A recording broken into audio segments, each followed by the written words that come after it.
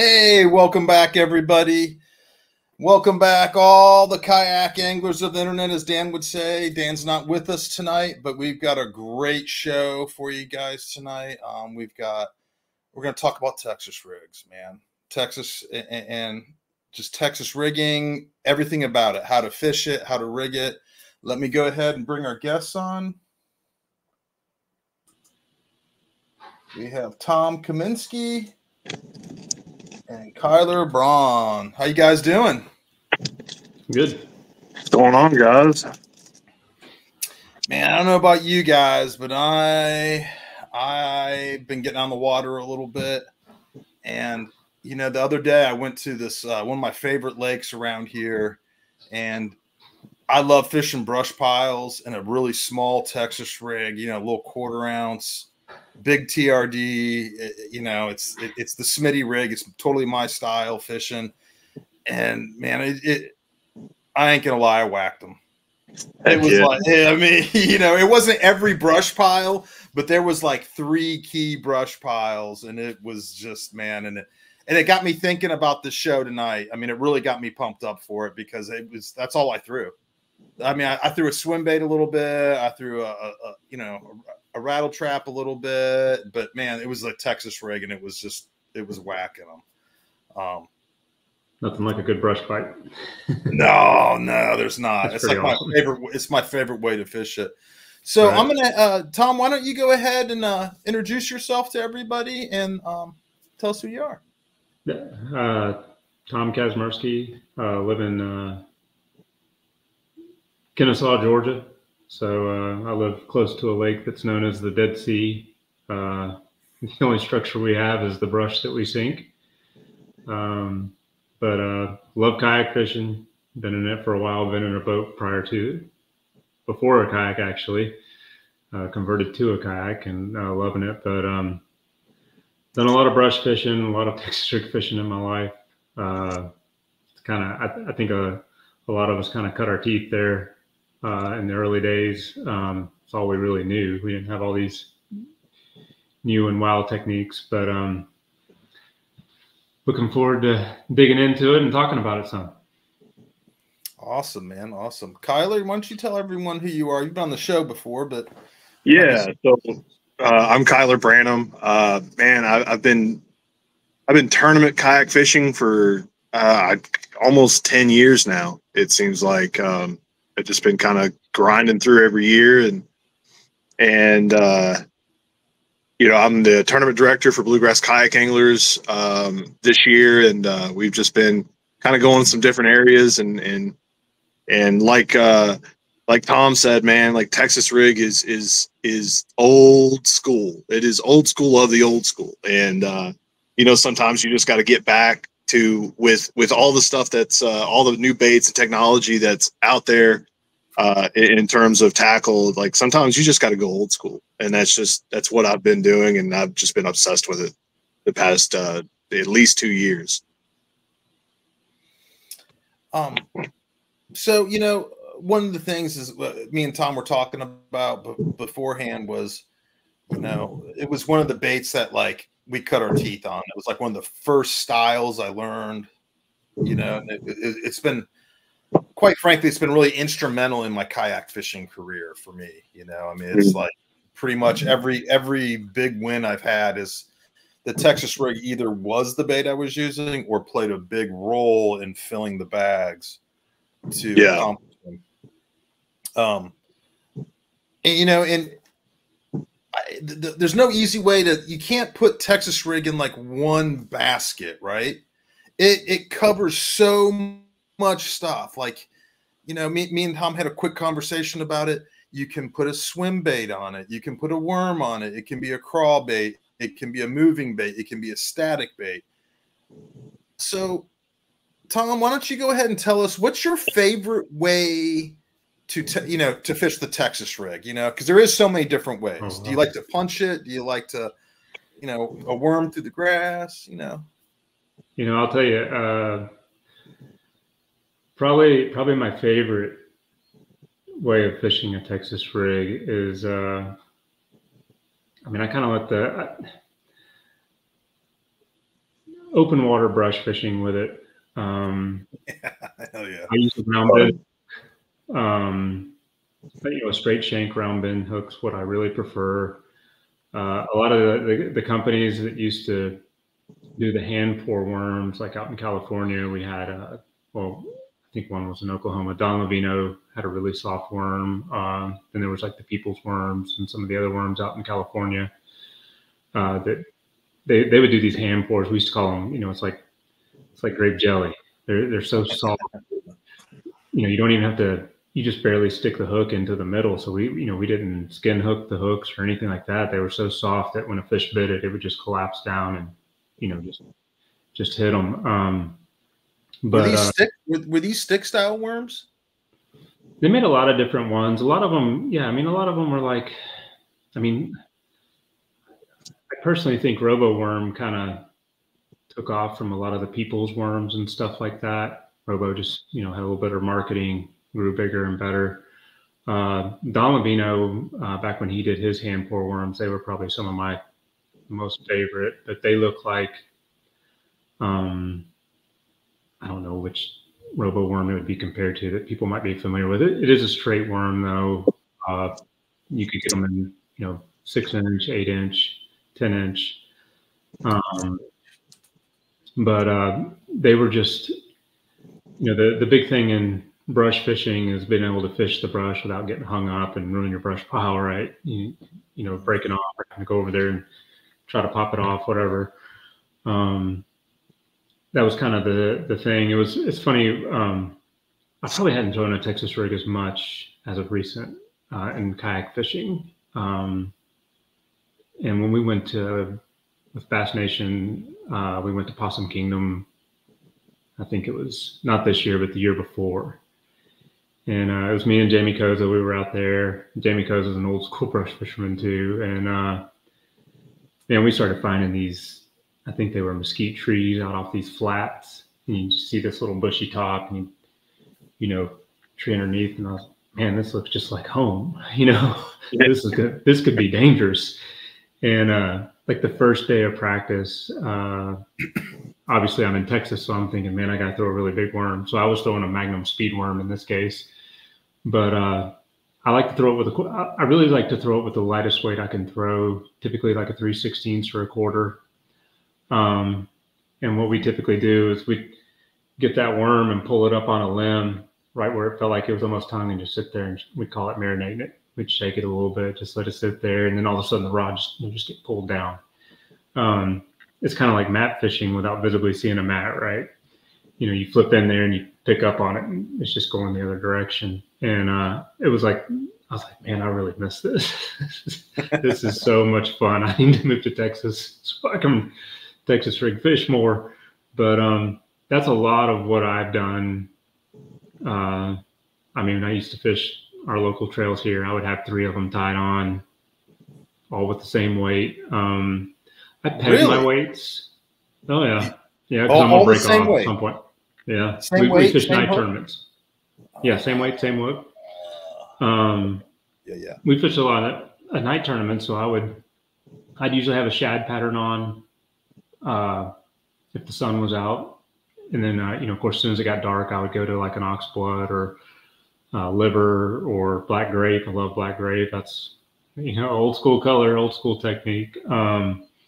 But I peg my weight because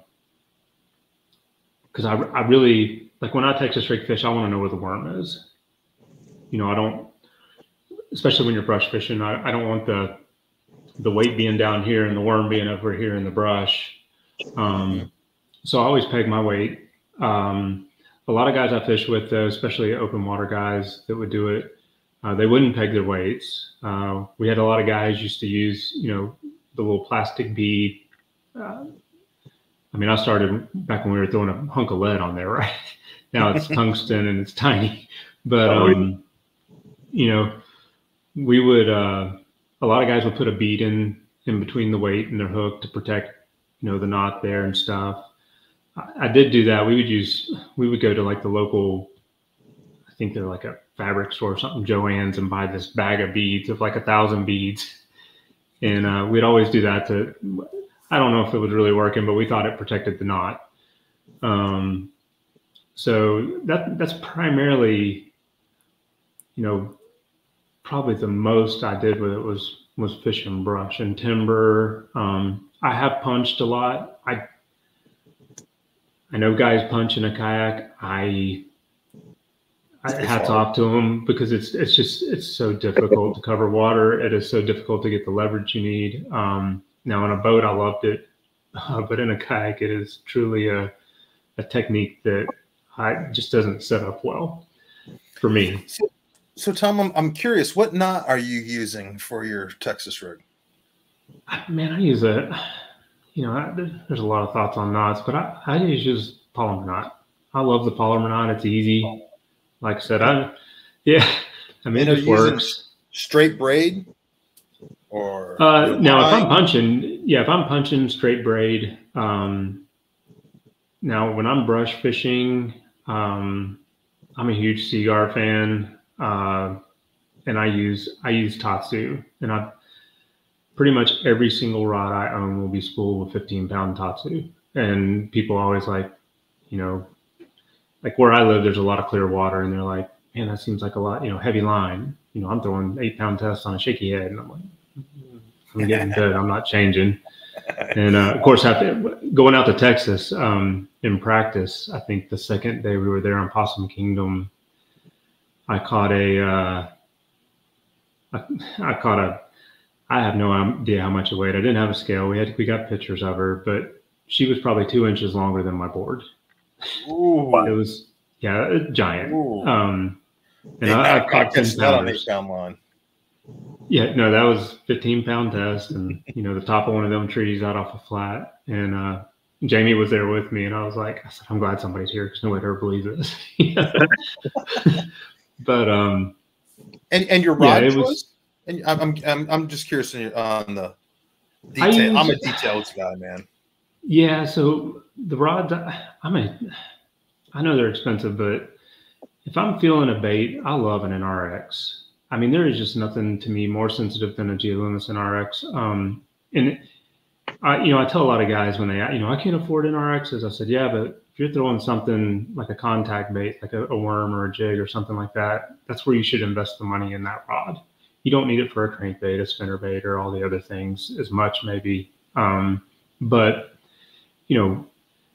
the first demo I saw, the NRX rod, was at the dugout, actually, and the rep tied on a Texas rig, and we dragged it across the parking lot, and you could feel the paint lines when the weight dragged across them. And I was like, that's amazing. I was like, man, if you can't feel a fish on this, you might ought to, get your pulse checked. And but that's my favorite rod. I use a 4-power in their rod, which is probably a heavy. Now, the guy I fished with most of my life in boats, he would use a 3-power. A lot of it to me is, now he sets the hook just crazy. I have a kind of a pop of the wrist hook set, so it's not like I don't swing all the way back here. I do this, and then I load up on them. And out of a kayak too, right? I mean, you kind of have to.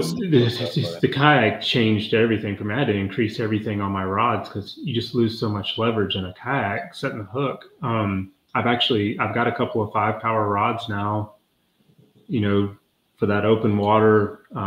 You think about lakes like Guntersville and Chickamauga and stuff out there, ledge fishing.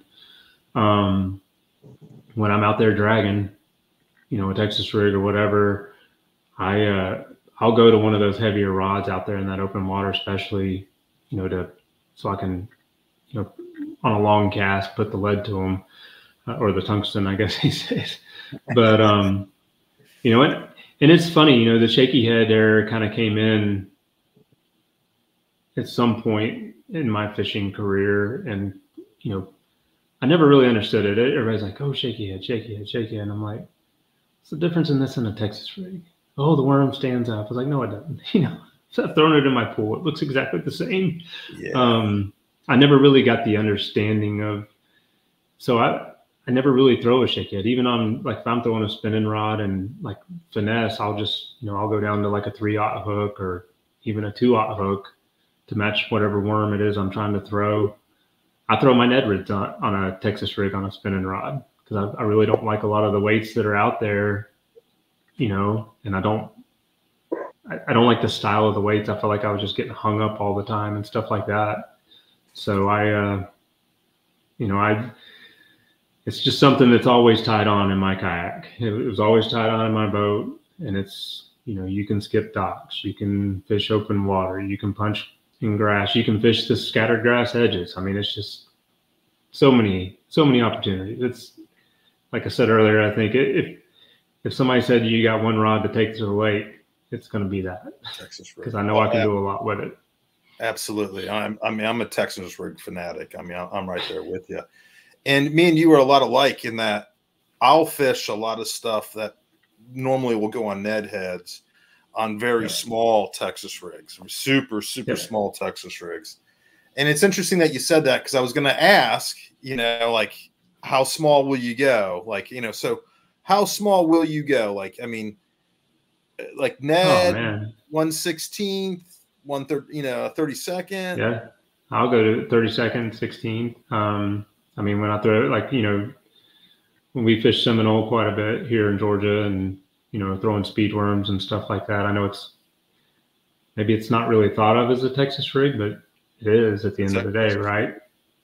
Yeah. So I'm just putting a very small weight on the front, pegging it, you know, something that I can just keep it under the surface, just barely, you know, and not so heavy that I get hung up in the grass, you know, in the early spring before the grass is topped out. And I've seen it a lot on Guntersville. Guntersville's got my number in a kayak, but when I was in a boat, I was pretty good on Guntersville. Me too, but those scattered, it's crazy. That eelgrass really annoys me. And we didn't have that years ago. But I'll fish a lot of scattered grass on Guntersville. I used to do it a bunch because I think a lot of people overlooked it. You know, the shallow edges, you know, where it was just sporadic. Even in the summertime when, you know, most of it was topped out, I would get on that edge.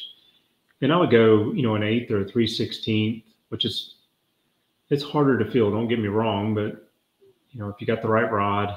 And I caught a lot of fish doing it, you know, because you didn't want to sink down in that grass so bad that you're just mucking up because it's not topped out. It doesn't have a hollow, you know, it's not a canopy with a hollow bottom. So, you know, changing your weight to stay above the height of the grass that time of the year. I mean, that's just something I've always done. I try to dial it in quickly. And then once you got it dialed in, you know, you just stick with that particular weight throughout. I'll go and on windy days, I'll go 3/8 and stuff, you know, I'll actually step it up a notch to, you know, so I can feel what's going on. Kyler, how about you, man? What's your like favorite, you know, Texas rig setup?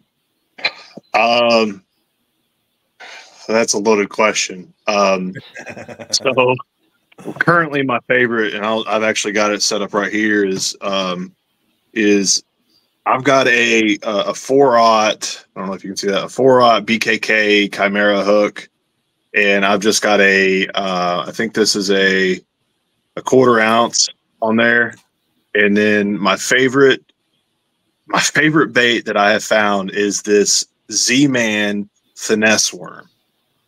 I don't know what it is about this bait, but the last 2 years specifically, I've caught more big fish on just this finesse, black and blue finesse worm specifically. I won a tournament on it this year.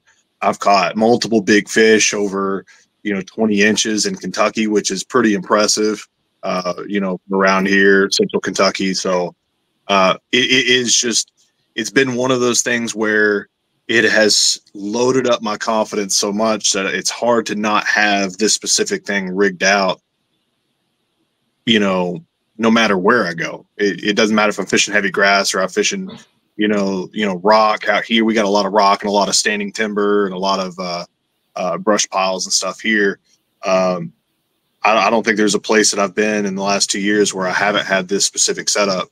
And I, you know, in all honesty, like when I started fishing, it was, I grew up on Kentucky Lake. So in February, when the water gets up, you know, it was broomstick, 8-foot broomstick, 25-pound line.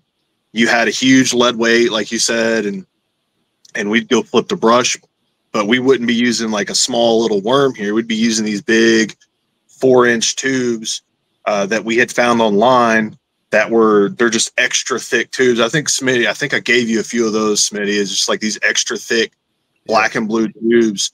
And good Lord, it was just a slaughter fest out there. Like, it was so much fun.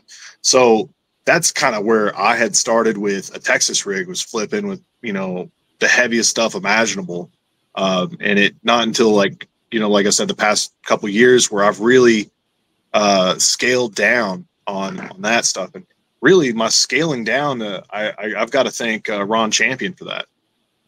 We were at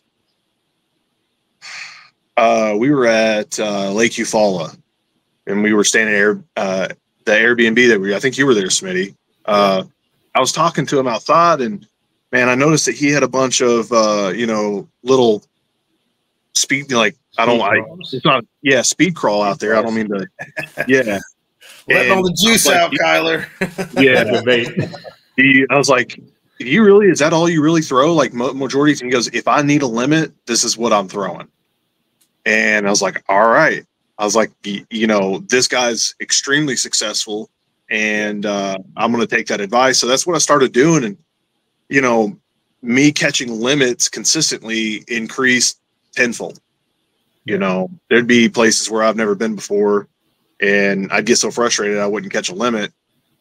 And like the first time I went to Santee Cooper, like I never caught a limit on both days. And so I threw on the Texas rig, and the second time there, and I had an absolute blast. So one thing that I've actually started doing is I'm not pegging mine at all. Like, I don't have a peg on this one with the finesse worms, and I feel like I get bit more because since it's a floating worm and it's such a kind of a lighter hook, this is going to float up a little bit more, almost kind of like a Carolina rig. Yeah. So that weight's going to move up, and this is just going to sit there as I kind of pull away from the brush. So it's helped me with my hookup ratios and catching fish and all that stuff. Smitty, you like details. I've kind of gotten insane with the rods that I've been getting. The rod I use specifically for this is it's a Mega Bass Destroyer. It's the X-Bites. This is it's actually a 7'2". It's a 5.5 power, or they call it an F5.5, but it doesn't feel like an F5. Like, it doesn't feel like a 5 power. It feels more like a 4. But like, the tip's so soft, but once you load up on it, like, you're pulling something out. It doesn't matter what the size is. So yeah, that rod loads quick. That's a nice rod. Yeah, I love that rod. And I think there's something that we're all seeing in common here, is that this technique, you want to get the nicest rod you can afford to get for it. Yeah. I mean, that's the bottom line with this technique. You find whatever rod you like. Everybody kind of seems to have, likes a different rod, but don't skimp on your rod. Yeah, this is a high-end rod. If I'm going to splurge on 2 rods, it's going to be my glide bait rod, and it's going to be on my Texas rig rod. Those are the 2 that I absolutely do not want to fail me, especially in a tournament. Yep. So. Yep. It'll make your day easier too. Yeah. Oh yeah. So now, that's your favorite setup. What kind of line are you using on there? So I use. Did you tell us already? I can't remember. No, I did not. So I use Daiwa J Fluoro, the Samurai J Fluoro. I use 16 pound.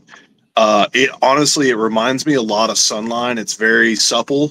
Sunline shooter. It's soft, but dude, like, I haven't had an issue with it. And I've been like, I'm a big Seaguar fan, like you are. Like, I love Seaguar Tatsu. I love Invisex. And this stuff to me is I love it almost just as much. So like, I'll go back and forth between the 2. Now I will say, like, if I want something a little bit more stiffer, I'll go with that Seaguar a Braze X or something, you know, heavy flipping, stuff like that, or Tatsu. But Yeah, for the most part, good stuff. yeah. Yeah. So, but for the most part, it's that Daiwa J Fluoro. I've been really impressed with that line. How do you like the 16? Does it hold up well and like Yeah. structure and stuff? Yeah, it holds up really well. You know, I can't remember a time where I've really complained, but like I'm super anal about my line just in general. So like, you notice when you watch like Brandon Paul videos, he's always respooling. That's me. I go through so much line throughout the year because I'm just so scared that I got a kink halfway in my spool and I'm screwed. Like, yeah, burn something, right? Yeah, exactly. So I try to I try to be very, very particular about my line because I mean, obviously, that's the most important. I would say the most. Yeah. So that's. But I've also got it on a Daiwa Zillion 8-5. I don't really need a 7-3. I don't need the power. I just need them to get to the boat quick. You know. Yeah. Well. But like I'm with you. I want the fastest reel I can have on that setup because sometimes they pick that up and you don't feel it right away because they're swimming at you, and then you got to catch up, set the hook, and we're in a kayak and we don't have all the room in the world.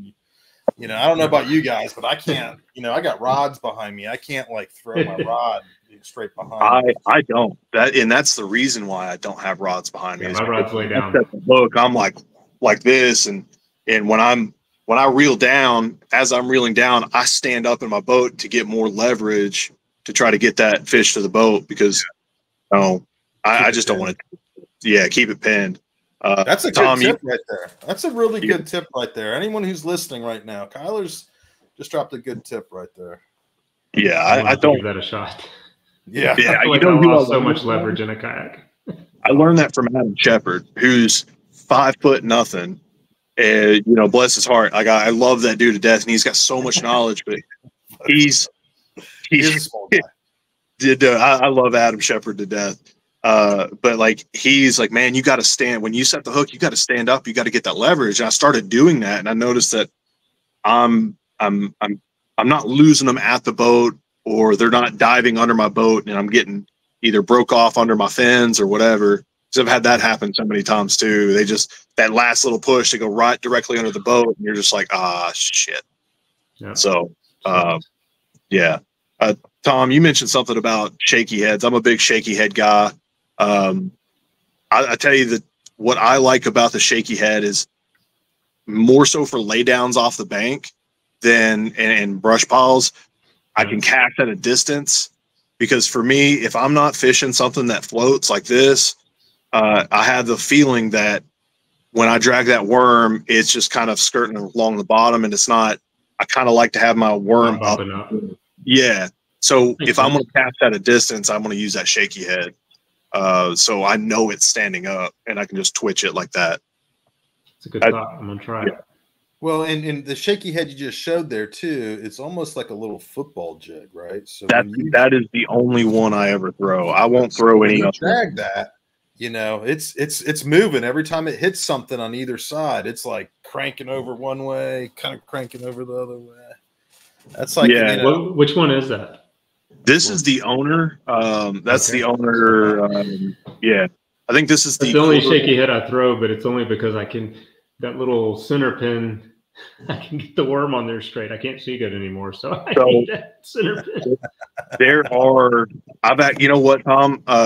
After this, send me your address. I actually make football head shaky heads, and I do a line tie. Like I'll hand tie a little keeper on the hook. That way you can thread it on. And but it has that football head.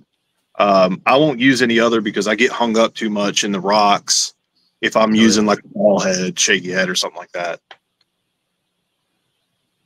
Very cool. So I feel like I got to share. Oh, go ahead. Sorry, Tom. You know, picking up and taking off with your bait, and you're like, "Where's my line?" We always that's farm ponding. That's what we call it. You just got farm ponded. Old school largemouth. That's right, man. That's right. So I feel like I got to share setup because I'm a Texas rig guy too, man. Let's hear it. And my absolute favorite way to do it, and every little piece of the puzzle has been developed over so long for this, just because it's how I like to fish it. So I'm using a light wire Mustag grip pin hook, 3.0 with a big TRD. For the same reasons, Kyler, like you are, it floats, right? And that light wire hook, if you just toss it in there in the water, it will actually float that hook up and stand up. Ooh. Yeah, so it's it can be really trick. Now, I normally don't peg it, but sometimes I do. I mean, that's like it depends on exactly how I'm fishing it. And I've kind of gotten to the point now where I don't peg as much because I feel like I can kind of compensate it, not pegging it by how I fish it. Mm-hmm. But that setup requires stiffer line, so I do it on 17-pound line, and you can't have super subtle line. The stiffer the line, the better it is, because when you toss it in there, it gets you that separation between the weight and the lure. Now, you don't want that necessarily if you're brush pile fishing, but if you're fishing next to a brush pile or lay downs, I really like that separation because I'll just let it sit there, and because it floats a little bit, it has its own little action in there. And it's also super versatile because, right, you can fish that bait. It's small. It catches everything. You can fish it fast. I use a 1/4 ounce weight on there. A Picasso. I really like the Picasso tungsten because it has that black coating, and you just cannot rub it off. It's the only one I use. Yeah, man, that stuff is just like it's amazing, man. I have tungsten that's been sitting in my car for 4 years, driving to all the different tournaments around the country, banging around in there, banging on itself, and it's still black. It's the funny thing is they were the first guys. Like I know Dan really well. He was from here in Atlanta, and the early versions of tungsten, when the market was shifting towards tungsten, the biggest thing we saw is the nicks in your line because of the roughness of the inside of the weights and stuff. And I know a lot of companies, I think, do it now, but those guys were like, Dan and them were so precise in polishing the inside of that weight and making it to where, you could take a 1/2 ounce weight and do this on the line. We used to do it at the Classic all the time back in the day. And look, no nicks, make it go back and forth on the line, and there wouldn't be a single nick or cut in the line. And I was like, finally tungsten might actually earn its place in our tackle boxes because it's not going to, it was just such a hard edge in a lot of brands early on that, you were taking a chance if you were throwing it kind of, and they were the first guys to polish it. To this day, that's a problem with a lot of the off brands. Yeah. There's a reason that Picasso's Picasso and they have great stuff is because they're the attention to details and all that stuff. Not to mention that, I love all their small finesse baits, which are just fantastic. Oh, yeah. Tell you what I've been doing with my tungsten, because I got a lot of tungsten out used to has that green pumpkin. You can see that chipping a little bit. Yeah. So I'll actually take a knife and take all this off, and I have a torch, and I'll take pliers. And if you get this hot enough, it went bright red, and then throw it in ice water, it actually gives you that no chip black gunmetal. Yeah. Oh yeah, that gunmetal. So it's not shiny. It gives you that that no chip color. And then you can just keep repeating the process whenever it rubs off. Over time. Yep. So, we just talked about our favorite ways to use it, and they're all remarkably similar, man. We're all talking about very light weights, a little bit of difference. Tom, you like to peg yours. Me and Kyler aren't pegging as much. Well, that's because I got to go buy some Z-Man worms, and I'm gonna start floating my worms around now. Hey, I tell you, man, it is a great. It's a totally different way to fish the Texas rig because the Z-Man product is so much more buoyant than other floating plastisols. I mean, it's able to pick that hook up. That's the deal. Is that you have to use a light wire hook, or you can't necessarily use these big giant hooks that some people prefer to use. I know a lot of guys that fish that old blue, whatever it was, 2/0, 3/0 Mustad hook. Yeah. And I would always look at them and I go, man, how do you get them in the boat? And they're like, man, it's like a hypodermic needle. As long as that barb goes through and it gets into the bend of the hook, they're not straightening it out. It's fine. I've landed, guys that won a lot of money fishing. It used to blow me away using that real lightweight hook. Here's a good middle for you. I'm definitely a light wire guy. Yep, there's one up there. Now 3/0 grip pin, but it's a round bend. That's a good middle of the road for you. You like those straight round. Well, so I use an owner. And owners. This is where we differ a little bit, right? Because I like the wide gap offset hooks, right? So I do. I mean, I use these for a little. If the bait's got a little. I tell you something. Talking about a speed worm, and talking about Ron Champion. Maybe it's a Georgia boy thing. We love our speed worms down here because they just put them in the boat. But on my speed worm, I throw a punching hook. Yeah. No matter where I throw it too. It's a smaller size. I'm not throwing them, because not a speed worm, a speed crawl. Yeah. It's the speed crawl's not got a lot of plastic. It's a thinner bait. It's still a little thinner than like a finesse worm. Yeah. You still got to put it through it. Yep. Smitty, you mentioned, those wide gaps. I got really particular about my wide gaps because and I'll show you an example. It's like this hook right here is I think it's a VMC Redline hook, and it's got such a extra wide gap right here. And I'm not a huge fan of that. So I moved to BKK, and it's a little, I don't know if you can see it, but it's a little less. It's a little less of a gap there.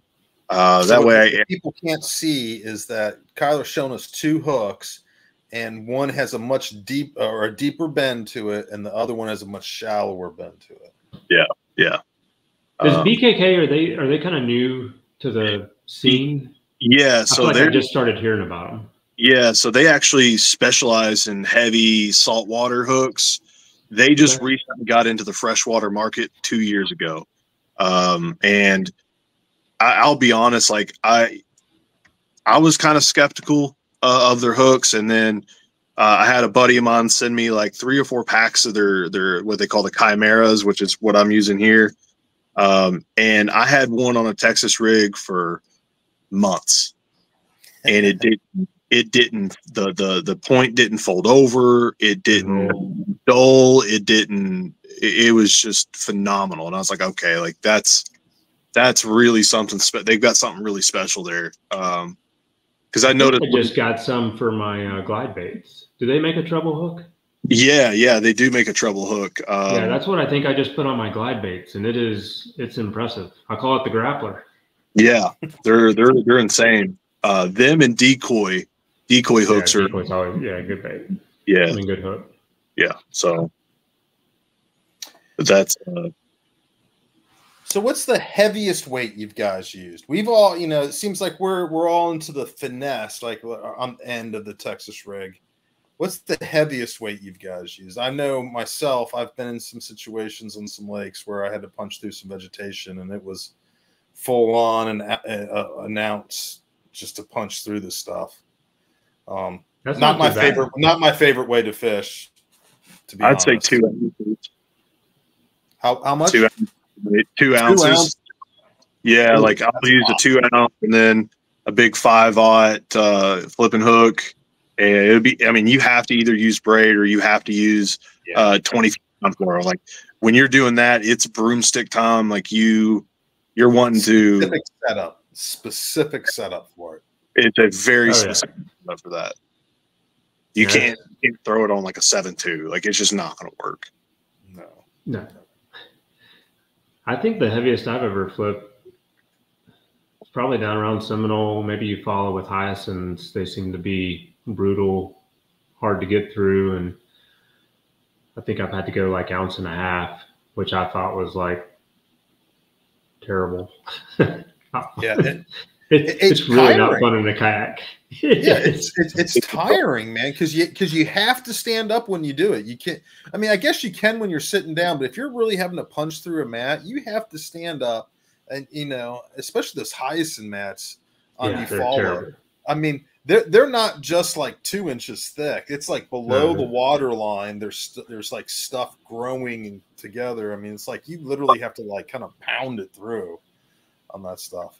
I can't. I mean, I caught fish doing it, but it just was not my favorite way to Texas. It's hard to cover water punching in a kayak. Yeah, and sometimes, don't get me wrong. You pull up, you get lucky, and you hit the mother load of, punching fish, because a lot of times they're in an area the size of your tabletop, but you got to cover a lot of water to find that sweet spot, unless you just are blessed and hit it. So one way I cover water.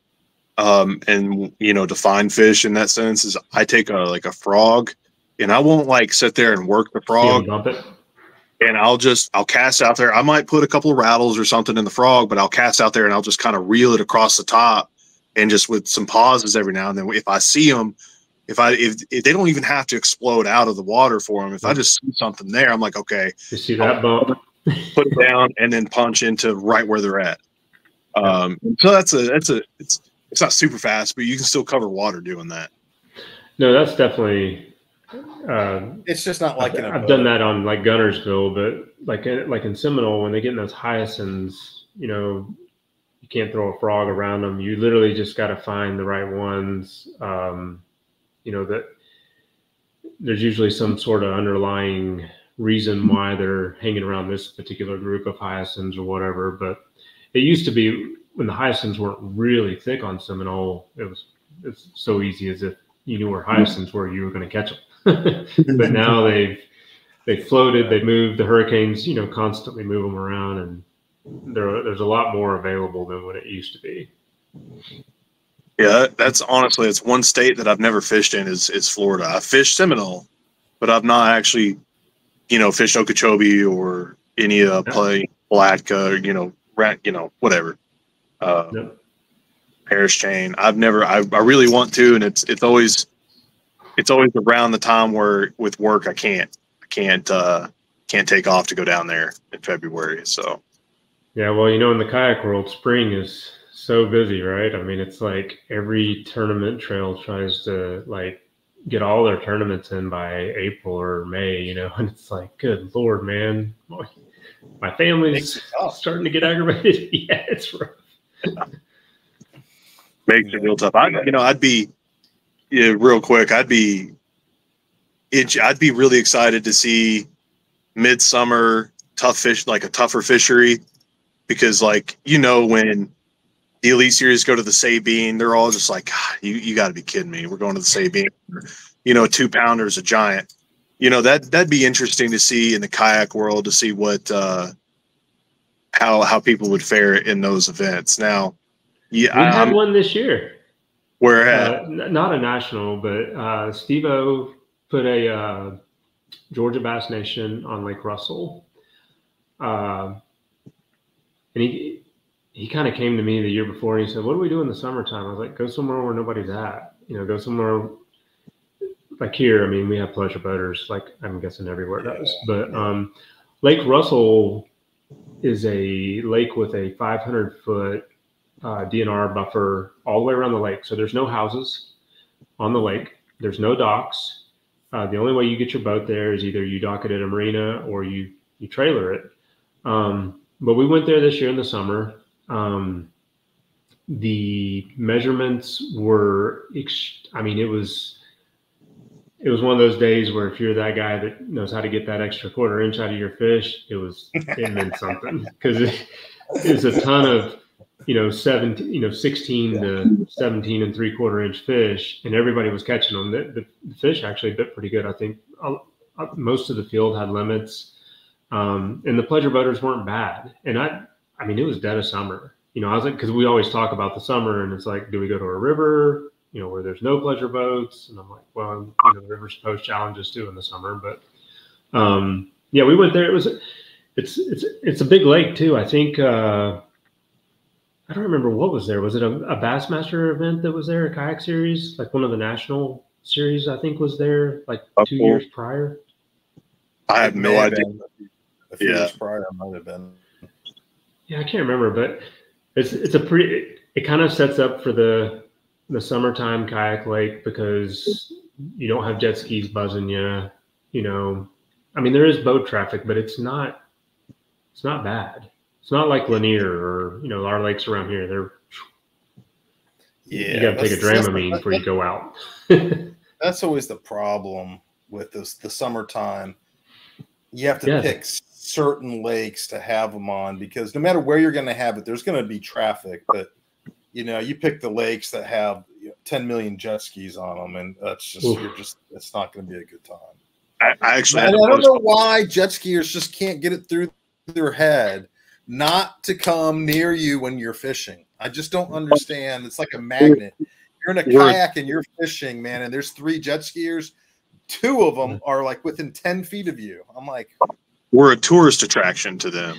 Like it's like weird. They just come up, they're like, what is that? And they just stare at you. Like I actually had to postpone a BKA event this year because even though it was the week before the 4th of July, that's a busy time of year. There was just insane. And I was like, I'm not risking my anglers out there just tournament. Like we'll have it in the fall. That's fine. It gets crazy up here in Kentucky because I'm gonna get upset if I keep talking about it. We'll get back to the Texas rig talking, man. How about that? So, I mean, we've talked about throwing small stuff. We talked about the biggest stuff we've thrown. What are some of the most unusual ways you've used the Texas rig?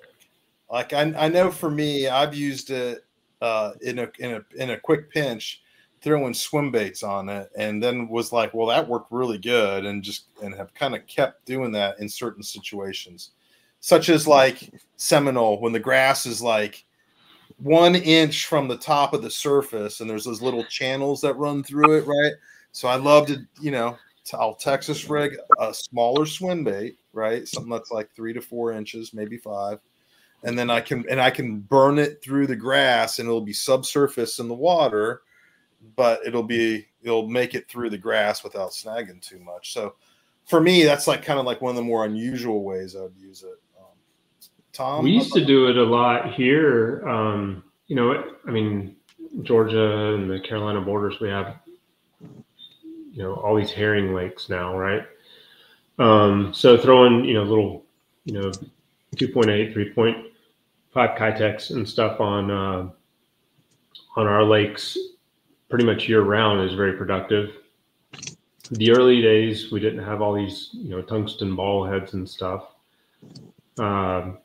And then they started coming out, but like Lake Lanier has a lot of standing timber in it, kind of like, Seminole, nothing like Seminole, but Seminole's its own beast with standing timber. But Lanier's timber is all chopped off at 20 feet.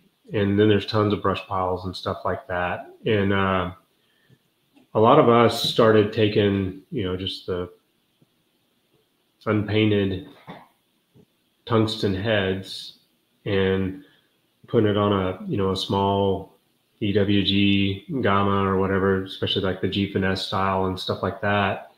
And we're rigging on a spinning rod, pegging it, but it would give us the ability to, on these herring lakes especially, to try to get these fish fired up, because these fish are different when they become herring eaters. They act different. They're tough to get them to fire up. You can find them, but they're tough to get them to bite sometimes. And but we'd take that rig and basically, throw it over a brush pile or throw it into a piece of standing timber, let it go down into it, and burn it out of there real quick, and then kill it at the top. You'd see them all, like if you had 4 fish, you'd see them all just, and then, boom, they'd load up. But that's what we were doing in the early days. And I still do it a lot because like throwing ball head, like an exposed hook ball head, and a lot of the things that Can't are do out that. there, it's a 50-50 chance at best. At if you're best. not getting hung up. So we do that a lot, and then we started doing it with some of the bigger swim baits. The like Reaction Innovation, like the skinny dippers, the bigger ones.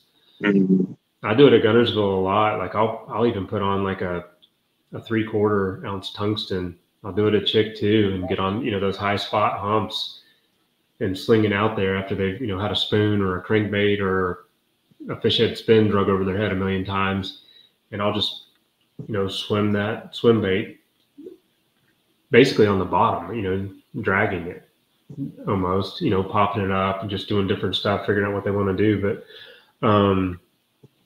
I mean, I do that a lot. I mean, that's a pretty common way.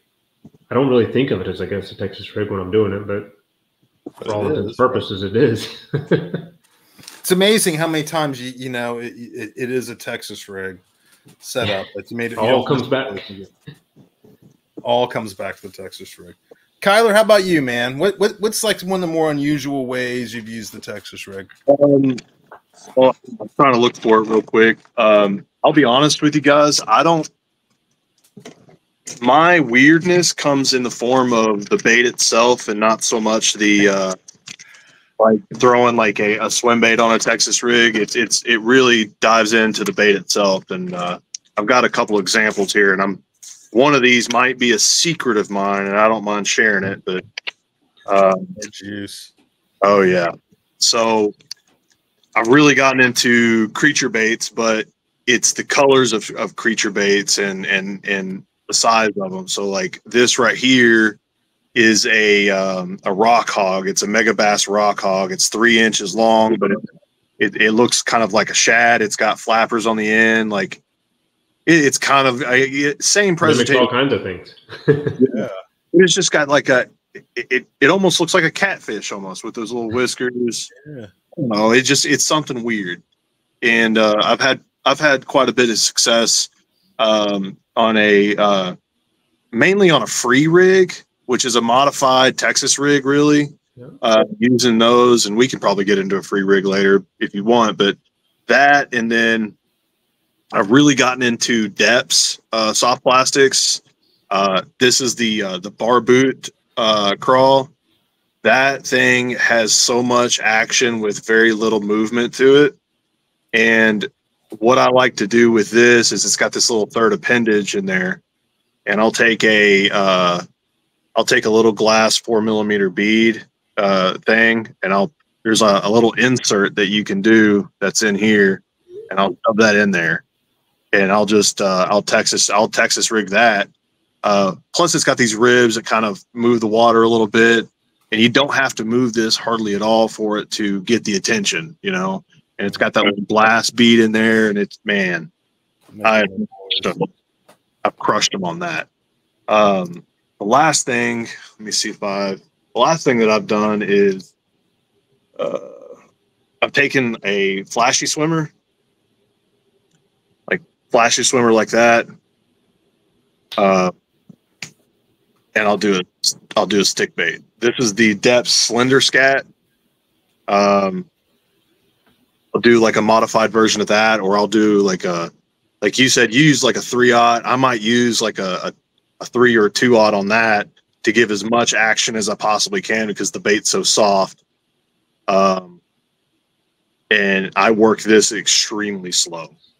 Like I don't hardly move it when I'm in the water because it kind of has like a bobble on the top, like it's slender and it has that bobble at the top. So it just, yeah, I just get into the really weird stuff. Sometimes the Japanese stuff I've been really impressed with. But yeah, that's all the weirdness I really kind of get into. Otherwise I keep it pretty simple. Favorite hooks?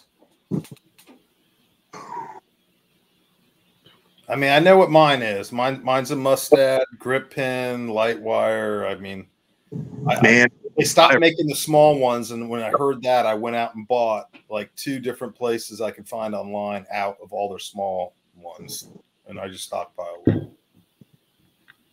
Ooh. Probably my original favorite brush hook, which, I mean, a lot of our brush fishing was straight tail worms and stuff, but and I don't use it anymore because owner came out with a version that I really like. But rebar was probably one of my favorite hooks for Texas rig for the longest time. They were definitely like, you had to check your tip, you know, if you were fishing stuff, make sure it didn't roll or something. But the owner one, I don't even know what this thing's called, but it's kind of got that weird finish on it. Yeah, that silk finish.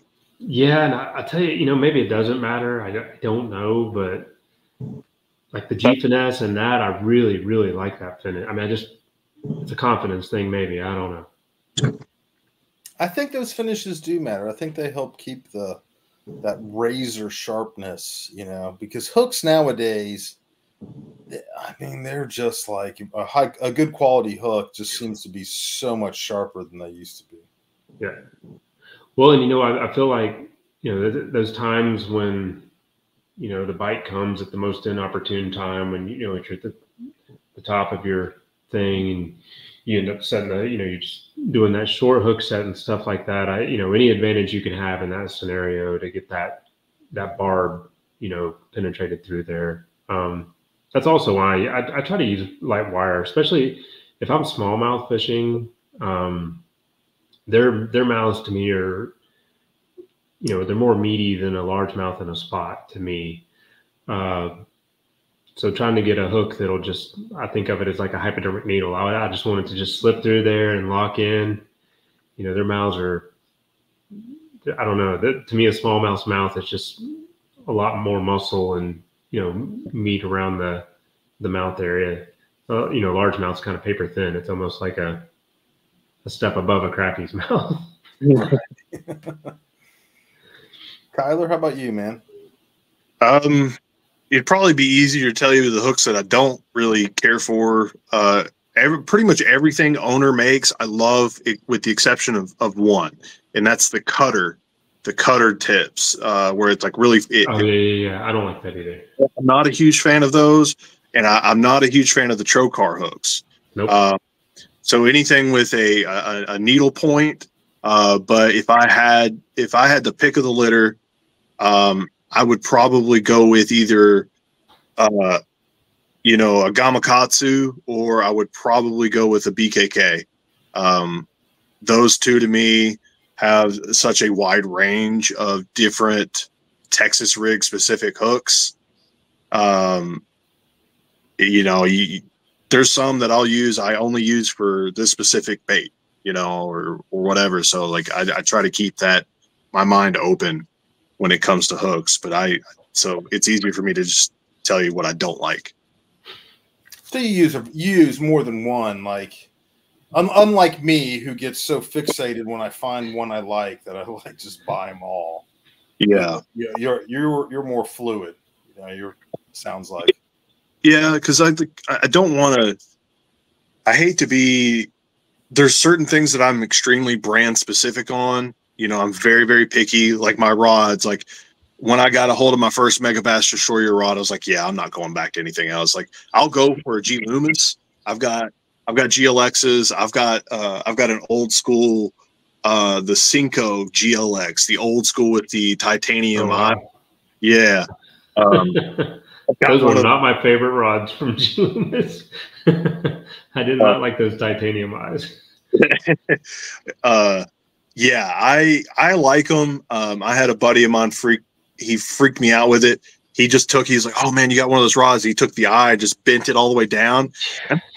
It's like, you can't buy those anymore. And he's like, no, it's all good. Like they're supposed to do that. But anyway, like I get so brand specific on things. Hooks for me, as long as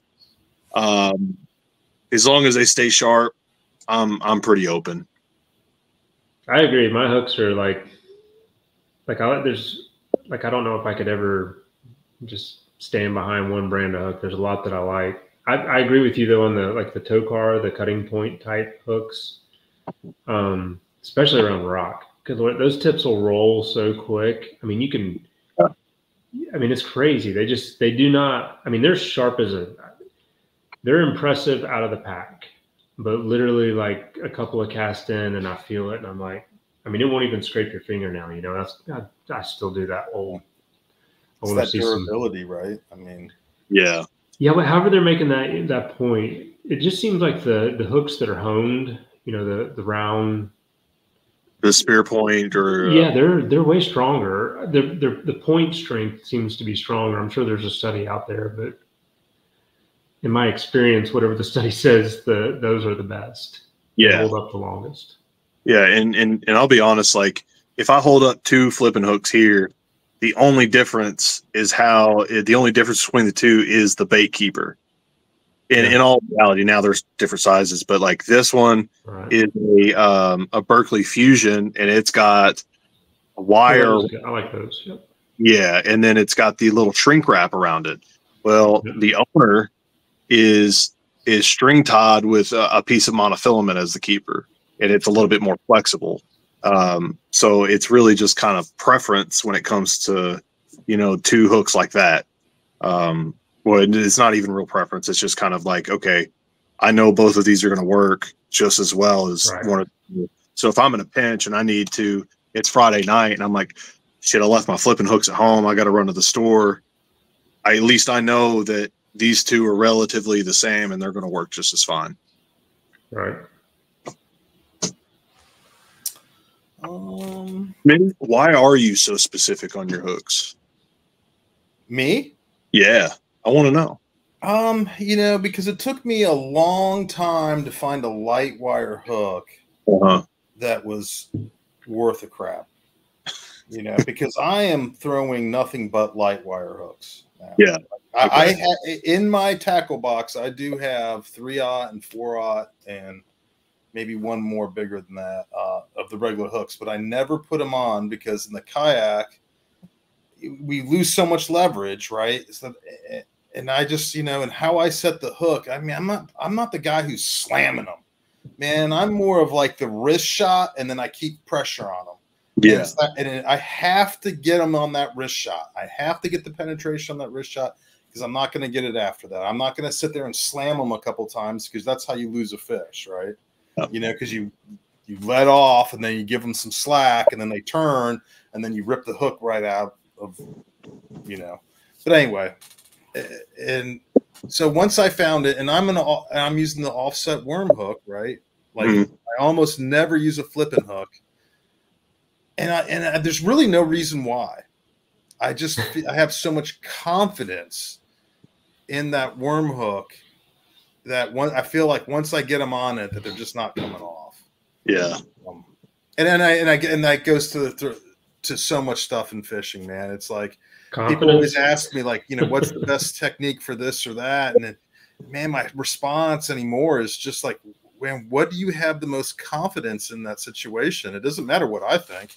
I mean, you're not fishing. Let's face it. When we go do tournaments, we're not fishing against other anglers. We're fishing against the fish. Yeah. That's all we're doing, because there's nothing I can do that's going to impede anybody else. It's not like football where you can block something or intercept a pass. It's literally all you can do is catch bigger fich. That's all you against the fish. So it's you against the fish. It's not you against any other angler. It's you against the fish.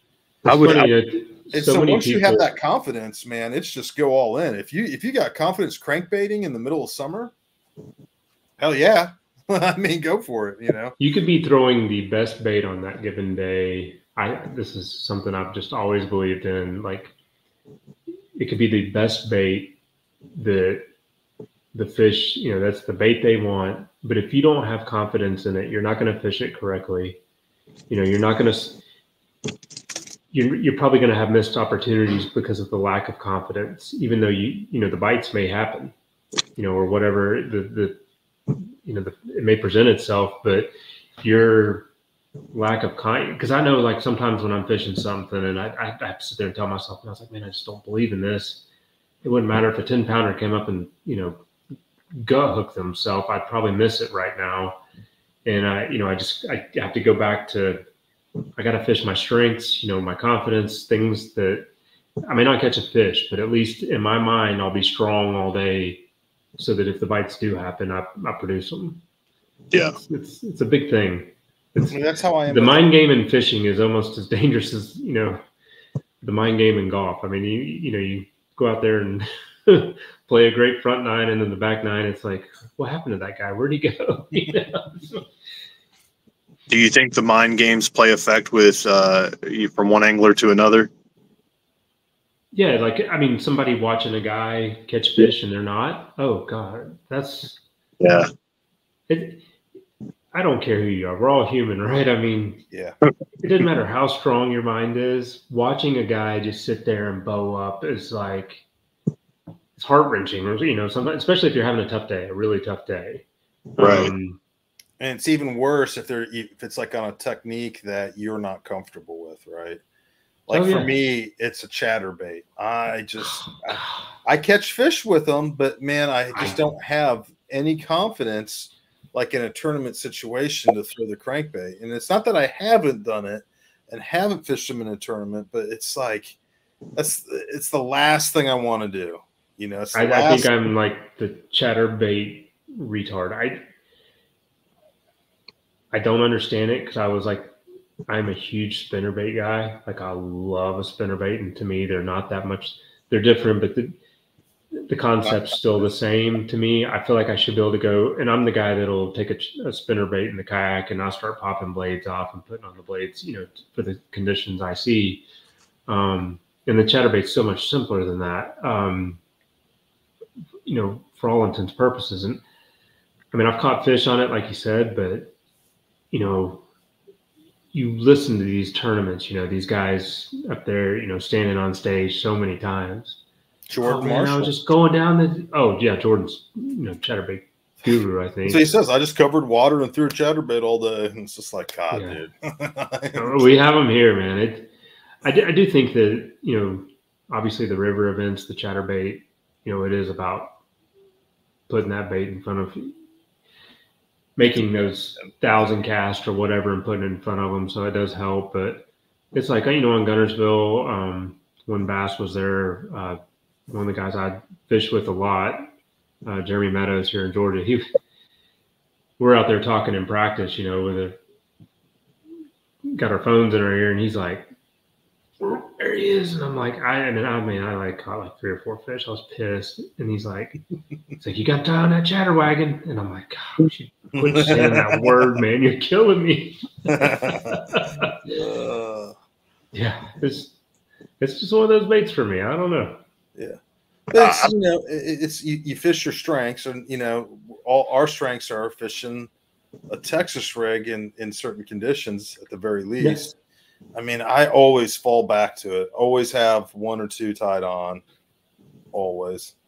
That's kind of usually what I always start with in tournaments, regardless if in practice, if I was catching them on top water first thing in the morning, like I will pick up my Texas rig first. And I would, at least for 10, 15 minutes, try to get a bite on a Texas rig. That way I know if I catch, even if a 12-incher bites it, I'm like, okay, I can get 5 with just this. I'm going to put that down, and then I'll start working a buzz bait or top water or popper, frog or whatever. Bigger bite. Yeah, just to get the big bite. But at least I know that I have the confidence going in to the rest of the day. I caught a 12-incher. I'm good. Let's go. Yeah, sometimes you need that just little kickstart, right? That first fish, grease the board. It's funny too in kayaks, a lot of times our lines in, not always, but sometimes, our lines in to me is at that bewitching hour that's a little too early for topwater. Like it's still, like I almost like that sun kind of getting towards the trees. That's like the primo topwater bite for me.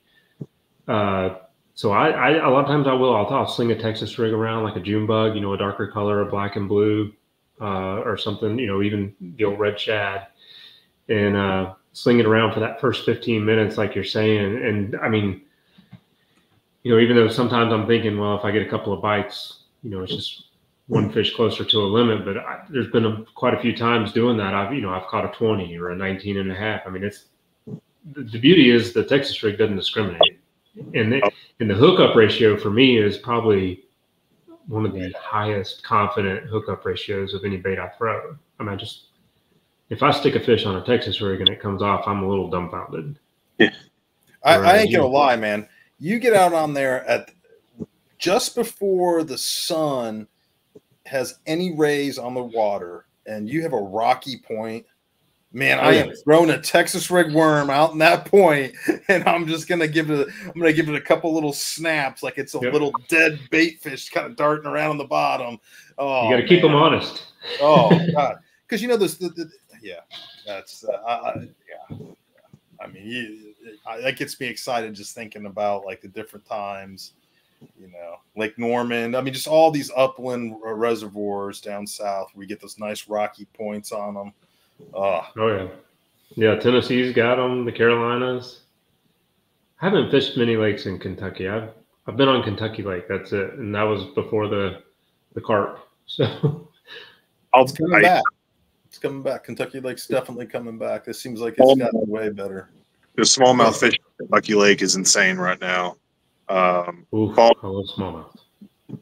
You know, and I've noticed that I think it's a lot further down on the Tennessee line on Kentucky Lake, where you're catching the huge smallmouth.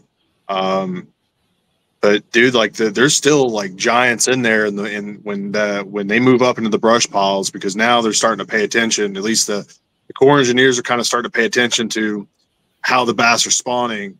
And you know, a little backstory is like it's not really necessarily the carp's fault for the downswing of Kentucky Lake. It's been how the water levels have fluctuated so much in the spring during the spawn that they just floods. They go up and they're like, oh, we've got to do our thing, and then jerk it out off the water, and then you leave 2 or 3 generations out, you're going to have a slump for Sucks. Yep. Yeah, it wasn't just the carp, but it was definitely like they were a big player, right? It was the crazy floods they were having, which also helped introduce the carp to Kentucky Lake, right? I mean, and carp eggs need the current in order for them to stay alive. They can't really touch the bottom. So when you have that current going through, those eggs are floating just above the bottom, just enough, and then it just exploded. So, but no, you come up to Kentucky, dude. We've got. I know Smitty knows about Cedar Creek Lake. It's the one of the few grass lakes that we have in Kentucky that also has standing timber. We got brush piles. We've got road beds. It is a bass fishing specific lake, 800 acres, and it's a 20-inch minimum keeper. Oh wow! Yeah, can't go wrong with that.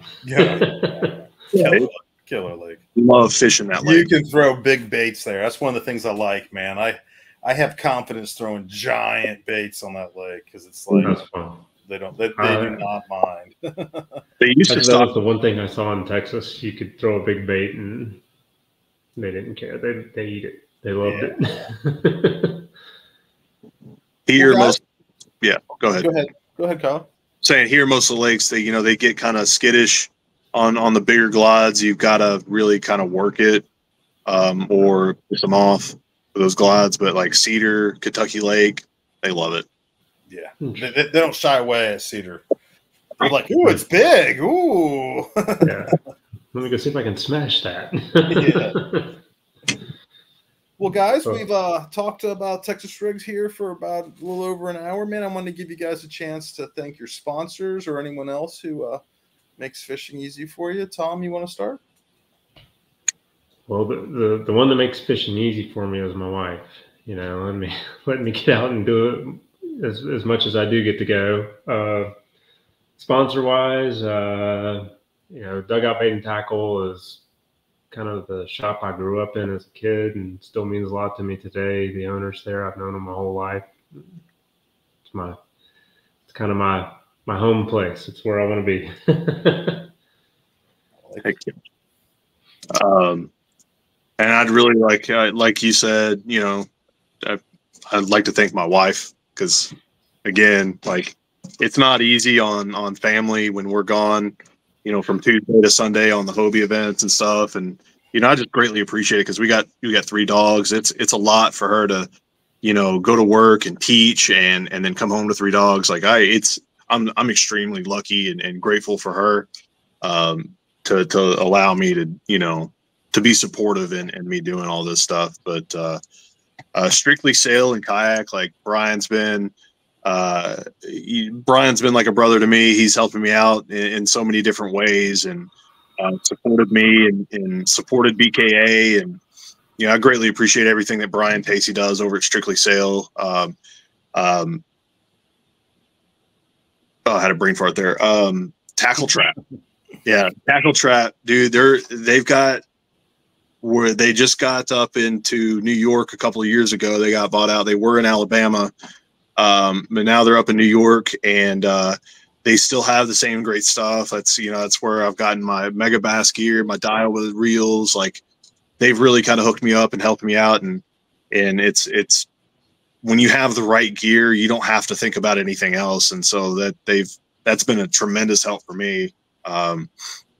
So if you get a chance, just check them out.